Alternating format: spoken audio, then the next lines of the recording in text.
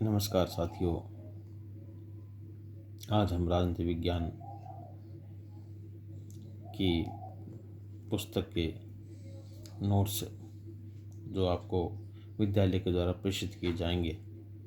सुनने में आया है कि बहुत से विद्यार्थियों के पास में पुस्तक नहीं है, तो विद्यालय समिति के द्वारा ये निर्णय किया गया है कि जो बच्चों को पाठ्य पुस्तक में से पढ़ाया जाए। और एक सभी विद्यार्थियों से विनम्र निवेदन है कि जिन जिन विद्यार्थियों के पास में पुस्तक नहीं है वे शीघ्र अतिशीघ्र अपनी पाठ्य पुस्तकें खरीदें। जैसे ही हमारे पास में पुस्तकें मिल जाती हैं तो तुरंत ही हम जो है इसे लेक्चर पद्धति से पढ़ना अनिवार्य करेंगे, क्योंकि वास्तविक रूप से किसी भी विषय के अध्ययन की गहराई में तभी तक जाया जा सकता है जब हम विषय वस्तु से हटकर थोड़े बाहरी आयाम को छुएं। अगर हमें अच्छे अंक की प्राप्ति करनी है तो हमें कुछ अलग से करना होगा, कुछ अन्य चीज़ों का जो है हमें ज्ञान करना होगा। हम राजनीति विज्ञान के विद्यार्थी जो है वो पूर्णतः लेक्चर पद्धति से ही हम पढ़ेंगे, लेकिन जब तक कि किताबें नहीं आती हैं तब तक हम इस पाठ्य पुस्तक को उपयोग में लेंगे। सभी विद्यार्थियों से मेरा विनम्र निवेदन एक और यह है कि मैं किसी भी पाठ को करवाने से पहले उस पाठ के अंदर जो महत्वपूर्ण जो चीज़ें हैं, उन महत्वपूर्ण शब्दों को, उन महत्वपूर्ण हिस्सों को मैं आपके पास में व्हाट्सएप जो हमारा विद्यालय का ग्रुप बनाया है उसके माध्यम से मैं आप तक भेज रहा हूँ। आप सभी लोग जो है उसको पढ़ें। पहले दिन जो है आप सबके पास में विद्यालय के द्वारा वह टेक्स्ट मैटर आएगा और अगले दिन उसी विषय पर वीडियो आएगा। तो जिन विद्यार्थियों ने राजनीति विज्ञान का चयन किया है या अन्य नए विद्यार्थी जो राजनीति विज्ञान के चयन के इच्छुक हैं, वे इस बात को विशेष रूप से ध्यान देवें कि किसी भी विषय को हम अपना इच्छिक विषय बनाएं, उससे पहले हमें अति आवश्यक है कि उस विषय के बारे में हमें ज्ञान होना ज़रूरी है। वैसे तो मैंने अपने पहले वीडियो में राजनीति विज्ञान के पाठ्यक्रम को आपके तक पहुंचा दिया था, लेकिन सुनने में आया है कि कई विद्यार्थियों ने ये बात कही है कि सर हमें थोड़ा सा विस्तार से बताइए कि इसमें कौन कौन से टॉपिक रहेंगे और हमें क्या क्या उनके बीच में अध्ययन करना रहेगा। तो आज हमारे सामने जो टॉपिक है उनमें जो हम पढ़ेंगे उनमें सबसे महत्वपूर्ण आता है, सबसे पहले हम राजनीति विज्ञान की मूल अवधारणाएं। राजनीति विज्ञान की मूल अवधारणाएं हमारा पहला जो है वह पाठ्य पुस्तक का पहला टॉपिक रहेगा। इसके अंदर हम जो पढ़ेंगे उनमें न्याय, शक्ति, सत्ता, वैधता, धर्म, स्वतंत्रता एवं समानता, ये कुछ एक टॉपिक है जो हम जो है इसके दौरान हम इसे रीड करेंगे, इसे हम पढ़ेंगे।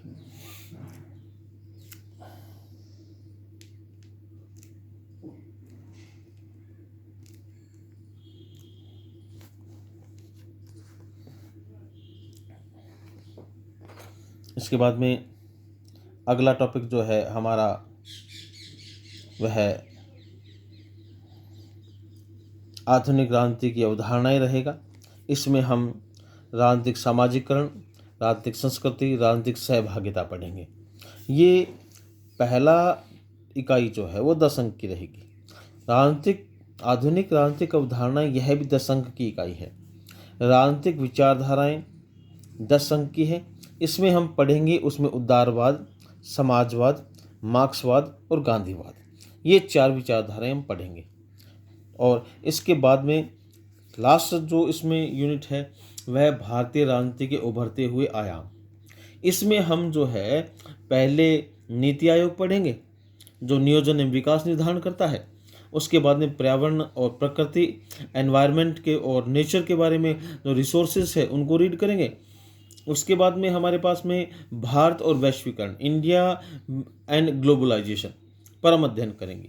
आगे जो है नवीन सामाजिक आंदोलन, इन आंदोलनों में महिला आंदोलन जो महिलाओं के द्वारा चलाए गए, जिनमें महिलाओं की भागीदारी बढ़िया रही।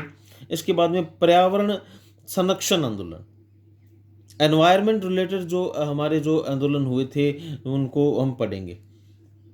इसके बाद में हमारे पास में 5वां टॉपिक 5वें यूनिट में सामाजिक और आर्थिक न्याय एवं महिला आरक्षण आएगा।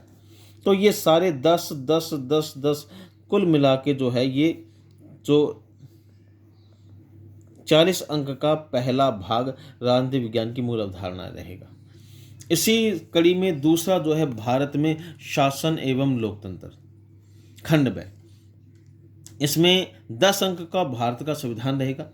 इसमें हमें भारतीय संविधान की विशेषताएं प्रस्तावनाएं पढ़नी होंगी। दूसरा, इसमें मूल अधिकार, नीति निर्देशक तत्व और मूल कर्तव्य रहेगा, यानी फंडामेंटल राइट, ह्यूमन राइट और जो नीति निर्देशक तत्व है वह हम पढ़ेंगे। भारत में संघीय व्यवस्था के आधारभूत तत्व, भारत में जो संघ की व्यवस्था है इसके बेसिकली जो एलिमेंट्स क्या हैं, आधारभूत तत्व क्या हैं, वो पढ़ेंगे 10 अंक के। भारत में शासन, इसमें संसद, लोकसभा, राज्यसभा, संसद में हमारे पास में दोनों आ जाएंगे, जिसके अंदर हमें लोकसभा और राज्यसभा दोनों पढ़ेंगे। फिर इसके बाद में संघीय कार्यपालिका पढ़ेंगे। संघीय कार्यपालिका हमारे पास में का नामात्र के और वास्तविक कार्यपालिका के रूप में, वास्तविक कार्यपालिका के रूप में राष्ट्रपति, उसका निर्वाचन और उनकी शक्तियां, और वास्तविक नाममात्र की कार्यपालिका के अंदर जो है हमारे प्रधानमंत्री, उसकी पोजीशंस क्या रहती है, उसके वर्क क्या है, वो क्या कार्य करता है। उसके बाद में तीसरा टॉपिक आता है जुडिशरी, न्यायपालिका। इसमें हम सुप्रीम कोर्ट, उसका स्ट्रक्चर, उसका बेसिक एलिमेंट्स, गठन कैसे होता है, वो काम क्या करता है, उनका एक टर्म होती है भारतीय संविधान में बहुत महत्वपूर्ण है, वो है जुडिशियल रिव्यू यानी न्यायिक पुनरावलोकन। न्यायिक पुनरावलोकन में हम क्या कुछ पढ़ेंगे, ठीक है। इसके बाद में आता है भारतीय स्तरीय एवं स्थानीय शासन। भारत के अंदर जो स्थानीय स्वशासन, जिसे हम लोकल एडमिनिस्ट्रेशन कहते हैं, इसके अंतर्गत हमें जो है 73वां 74वां संविधान संशोधन संदर्भ में वर्तमान स्वरूप में पढ़ेंगे। ये 10 अंक का होगा। भारत में लोकतंत्र है और लोकतंत्र को कुछ चुनौतियां हैं, उन चुनौतियों को हम जो है जातिवाद, सांप्रदायिकता, क्षेत्रवाद, भाषावाद, आतंकवाद, राजनीति का अपराधीकरण और भ्रष्टाचार और गठबंधन की राजनीति, ये चारों टॉपिक 8 नंबर के रहेंगे। आगे लास्ट है Indian foreign policy with UNO, Bharat की विदेश नीति और उसके साथ में संयुक्त राष्ट्र संघ। अब भारत की विदेश नीति में भारत की राजनीति की प्रमुख विशेषताएं क्या हैं, इनमें नॉन अलाइजमेंट यानी गुटनिरपेक्षता पढ़ेंगे, संयुक्त राष्ट्र संघ का गठन और विश्व शांति स्थापना में इसका योगदान, भारत के पड़ोसी देशों से संबंध, पाकिस्तान, चीन और नेपाल के साथ में relation between India and Pakistan with China with Nepal, और लास्ट में पढ़ेंगे क्षेत्रीय संगठन के रूप में आसियान एसआर की 12 नंबर का होगा। तो ये यूनिट भी 10, 10, 8 और 12 कुल मिला के जो है ये 40 अंक की ये जो है ये हमारी इकाई होगी।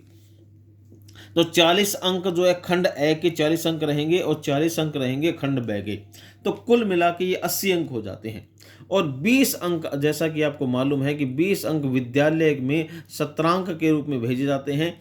कुल आपका 100 अंक का पेपर रहेगा माध्यमिक शिक्षा बोर्ड राजस्थान के द्वारा राजनीति विज्ञान का। तो हमने ये बता दिया कि आप राजनीति विज्ञान अगर लेते हैं विषय के रूप में तो आपको क्या क्या पढ़ना पड़ेगा, ठीक है। तो आज हमारे पास में जो टॉपिक है वो राजनीति विज्ञान के रूप में जो है वह निम्नलिखित है। आज हम खंड ए चालू करेंगे।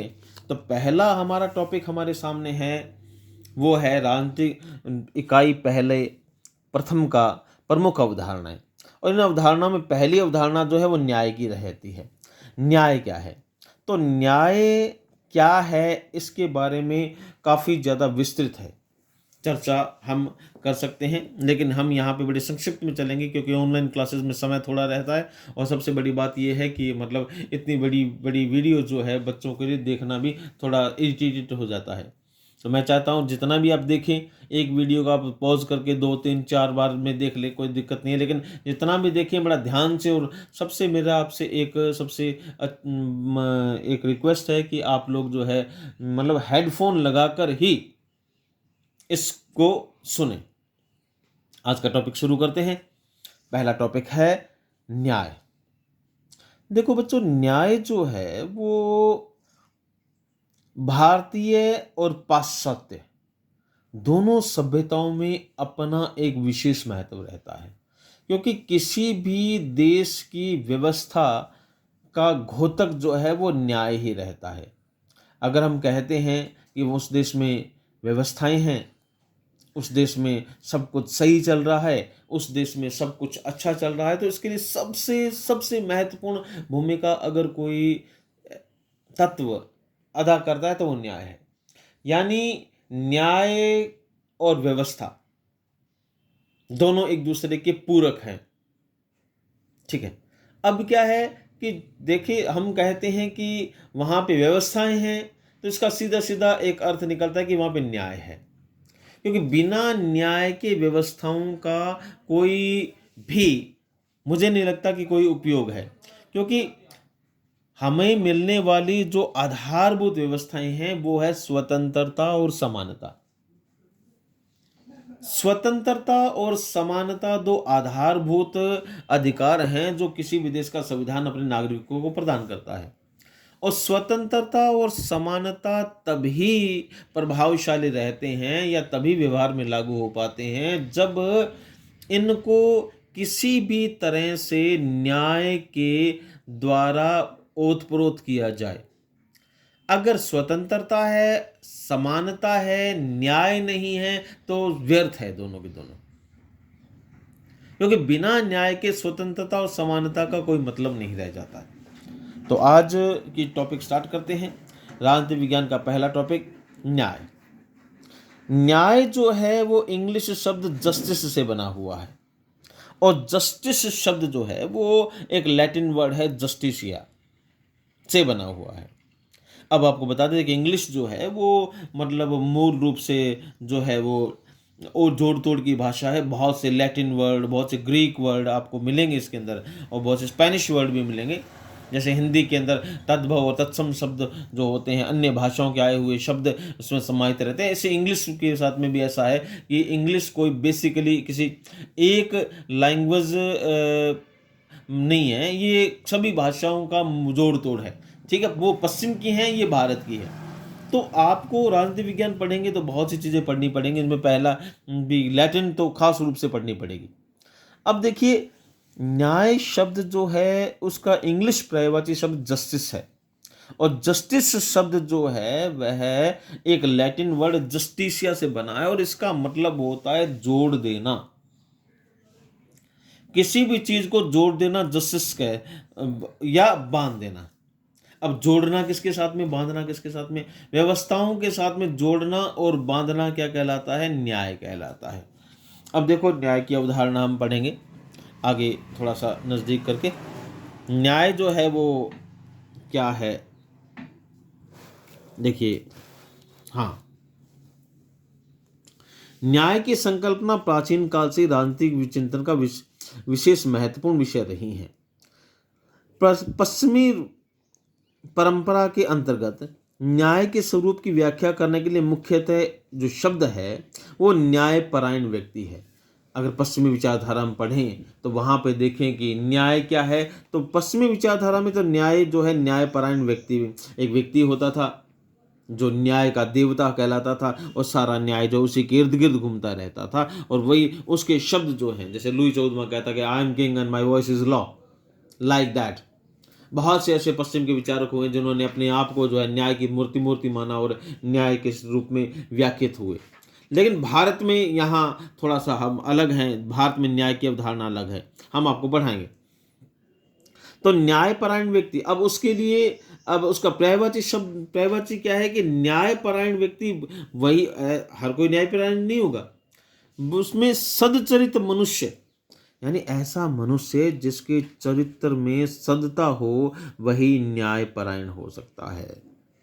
अगला, उसमें सद्गुणों की तलाश की जाती थी। जो व्यक्ति न्याय की ओर प्रवृत्त करते थे वही जो है न्याय के परायण व्यक्ति के रूप में व्याख्यात होता था और न्याय किया करता था। लेकिन चूंकि आपको जैसा कि मालूम है कि भारतीय विचारधारा काफ़ी विस्तृत विचारधारा है, तो यहाँ पे न्याय का मतलब जो है वो एक शब्द आता है धर्म।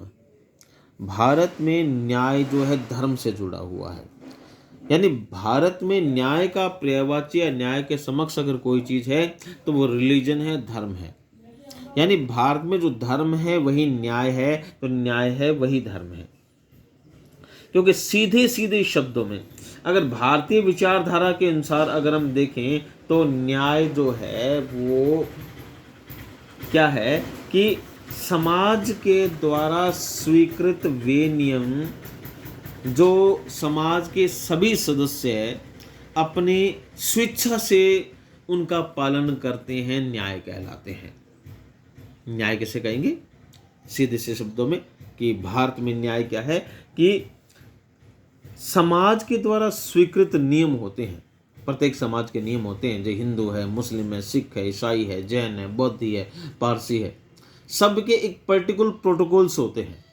उन प्रोटोकॉल्स को मानना और निर्बाध रूप से मानना बिना किसी वैसे नियमानुसार तो ये है कि न्याय जो है वह मतलब भयमुक्त होता है, उसमें दया, करुणा, प्रेम, वात्सल्य के लिए कोई जगह नहीं होती है। न्याय जो होता है व्यक्ति अपनी आंतरिक आत्मा, सोल ऑफ साउंड आत्मा की आवाज़ के आधार पर मानता है, लेकिन ये थोड़ा सा तर्क संगत कम है और राजनीति संगत ज़्यादा है। आगे हम पढ़ेंगे। आगे है धर्म की प्रमुखता दी गई है। इन दोनों ही मान्यताओं में मनुष्यों में के कर्तव्य पालन पर बल दिया गया है। अब न्याय के लिए भारत में एक चीज दी गई है कि न्याय क्या है? प्रत्येक मनुष्य द्वारा अपना निर्दिष्ट कार्य करना एवं दूसरों के कार्यों में हस्तक्षेप न करना न्याय है। वैसे तो ये अरिस्टोटलिस, प्लेटो के द्वारा डिफाइन किया गया वर्ड है, लेकिन फिर भी आपको बताते हैं कि न्याय क्या है। जब व्यक्ति अपना काम करे, और अपने में एक शब्द आता है निर्दिष्ट। निर्दिष्ट यानी निर्दिष्ट किसे कहते हैं? जिसे तय किया गया है कि तुम्हें यही काम करना है। एक व्यक्ति अपना ही काम करे और दूसरों के कारणों में कोई हस्तक्षेप न करे, न्याय कहलाता है। ठीक है, जैसे मतलब एक अध्यापक का काम है पढ़ाना, और एक राजनीति का काम है राजनीति करना। एक लोहार का काम है लोहे से मतलब औजार बनाना, और एक सुनार का काम है सोने से गहने बनाना। तो सबके समाज ने प्रत्येक व्यक्ति को निर्दिष्ट कार्य दिए गए हैं, और प्रत्येक व्यक्ति जब अपने निर्दिष्ट कार्यों को करता है तो न्याय कहलाता है। जैसे कोई सुनार है तो सोने का काम करता है, लोहार है लोहे का काम करता है, कुंभकार है कुंभ बनाने का काम करता है, या जो सामाजिक जो कार्य मिले गए अपने जाति के अनुसार कार्य करना न्याय है, ऐसा ये विचारधारा कहती है। दूसरा, दूसरों के कार्यों में हस्तक्षेप न करना भी न्याय है। अगर कोई व्यक्ति दूसरों के कार्यों में, अपनी तो बात मानता है, चलो अच्छी बात है, लेकिन अगर कोई दूसरों के कार्यों में हस्तक्षेप करता है तो ये सही बात नहीं है, क्योंकि न्याय वह है कि दूसरों के कार्यों में हस्तक्षेप नहीं करना है। किसी भी आधार पे, किसी भी तरीके से हमें हस्तक्षेप नहीं करना है। आगे, यद्यपि आधुनिक चिंतन में न्याय की परिभाषा अलग अलग है। ये तो प्राचीन चिंतन हुआ कि प्रत्येक व्यक्ति अपना निर्दिष्ट कार्य करे और दूसरे कार्य में हस्तक्षेप न करे, न्याय है। क्योंकि पहले की व्यवस्था थी कि भाई अपना काम करो और अपने ही तरीके से करो। अगर काम करोगे तो गुण पाओगे, अन्यथा समाज जो है तुम्हें निष्कासित कर देगा। ठीक है, आगे क्या है? न्याय प्रत्यय की व्याख्या अलग अलग विचारकों ने अलग अलग ढंग से की गई है। कोई न्याय के लिए एक विचारधारा नहीं है। जहाँ पे पाश्चात्य राजनीतिक चिंतन में न्याय के अर्थ को स्पष्ट करने का सर्वप्रथम प्रयास यूनानी दार्शनिक एवं राजनीतिक विचारक प्लेटो ने किया है। अगर पश्चिम में अगर न्याय के बारे में देखें तो सबसे ज़्यादा अगर न्याय पर किसी ने काम किया है तो वो अरिस्टोटलिस, प्लेटो ने किया है। प्लेटो ने अपने दर्शन में न्याय प्रत्यय को मनुष्य का आत्मीय गुण माना है। प्लेटो कहते हैं कि न्याय जो है मनुष्य की आत्मा, देखो प्लेटो यहाँ पे एक बात कहते हैं, क्या कहते हैं कि न्याय क्या है? मनुष्य की आत्मा का गुण है। किसका गुण है? शरीर का गुण नहीं बताया, बल्कि इसका बताया आत्मा का गुण। यानी प्रत्येक व्यक्ति के शरीर में आत्मा होती है और वो आत्मा का एक गुण होता है, और वही उसका निर्दिष्ट होता है, और वही उसके लिए न्याय होता है। यानी सबसे बड़ी बात अगर पश्चिमी विचारधारा सुने तो कहीं ना कहीं भारतीय विचारधारा से जुड़ी होती है कि अपनी आत्मा की आवाज के अनुसार आचरण करना न्याय है। आगे देखिए, उनके अनुसार यह वह सद्गुण है जिससे प्रेरित होकर मनुष्य सबकी भलाई में अपना भला ढूंढता है। प्लेटो से लेकर सभी चिंतकों ने न्याय को महत्वपूर्ण राजनीतिक नैतिक प्रत्यय माना है। एक तरफ न्याय व्यक्ति का निजी सद्गुण है। देखिए सिंपल सी बात है, न्याय जो है व्यक्ति का निजी चारित्रिक सद्गुण है। हर व्यक्ति के अंदर आत्मा होती है और हर व्यक्ति की आत्मा में एक आवाज़ होती है और आवाज़ का एक चरित्र होता है और चरित्र वही सद्गुण होता है। साधारण सी बात है कि व्यक्ति के निजी चारित्रिक सद्गुण है। वहीं दूसरी तरफ न्याय राजनीतिक सामाजिक समाज का वांछनीय गुण माना गया है। दो बात बनी है, एक तरफ तो वो कहता है कि न्याय क्या है, व्यक्ति का निजी सद्गुण है, और दूसरी तरफ वो ये कहता है कि राजनीतिक समाज का वांछनीय गुण है। न्याय क्या है, राजनीतिक समाज का एक वांछनीय गुण है, बहुत अति आवश्यक गुण माना गया है। न्याय नैतिक एवं सामाजिक राजनीतिक निर्णय को प्रभावित करने वाला तत्व है। और तीसरी बात वो कह देता है, पहली बार कह रहा है कि जी न्याय तो निजी चारित्रिक गुण है, दूसरी बार कह रहा है कि राजनीतिक समाज का वांछनीय गुण है जो बहुत जरूरी है, और तीसरी बात वो कह रहा है कि न्याय नैतिक सामाजिक और राजनीतिक निर्णय को प्रभावित करता है, करने वाला तत्व है। न्याय क्या है, न्याय वह है जो इसमें नैतिकता है, सामाजिक एवं राजनीतिक निर्णयों को प्रभावित करने वाला तत्व है। मध्यकाल में ईसाई विचारकों आइंस्टाइन व एक्विनास ने न्याय को अपने ढंग से व्याख्या की है। आधुनिक चिंतन के प्रारंभिक चरण में हॉब्स, जो थॉमस हॉब्स के रूप में विख्यात हुए, सर डेविड ह्यूम है, कार्ल मार्क्स है, कांट है और जॉन स्टुअर्ट मिल है, ने अपने चिंतन में न्याय के प्रमुख स्थान प्रदान किया है। अपने समकालीन विचारकों में रॉल्स ने न्याय को नवीनतम स्वरूप प्रदान किया। अब हम पढ़ेंगे कि न्याय क्या है। देखिए न्याय के लिए हमने अलग अलग विचारधाराएं पढ़ी हैं। अब आगे जो है हमारे पास सामने जो न्याय का एक विशेष है कि न्याय क्या है। न्याय हमने अब तक 3 बातें पढ़ ली हैं। पहले पश्चिमी विचारधारा, फिर भारतीय विचारधारा, फिर कहीं प्लेटो ने बताया कि न्याय क्या है। हमने सबसे पहले सर्वमान्य विचारधारा पढ़ी कि न्याय जो है मनुष्य का निर्दिष्ट गुण है और वह अपना कार्य करना, दूसरे कार्यों में हस्तक्षेप न करना न्याय है। उसके बाद में हमने पढ़ा कि जी न्याय तो व्यक्ति का निजी सद्गुण है। तत्पश्चात पढ़ा कि राय जो है राजनीतिक समाज का वांछनीय गुण है। फिर हमने पढ़ा कि न्याय जो है नैतिक सामाजिक और राजनीतिक निर्णय को प्रभावित करने वाला तत्व है। अब हमने एक पैराग्राफ में कम से कम 10 विचारधाराएं पढ़ ली कि न्याय क्या है। तो अब हम किसी कंक्लूजन पे नहीं पहुंचे, उल्टा कंफ्यूज हो गए कि न्याय वास्तव में है क्या। तो मैंने आपको बड़ी शुरू में बताई थी कि न्याय एक बहुत ही विसंगतिपूर्ण टॉपिक है राजनीति विज्ञान में, क्योंकि न्याय के बारे में कहा गया कि जितने व्यक्ति होते हैं उनके जितने प्रकार होते हैं, न्याय भी उतना ही होता है।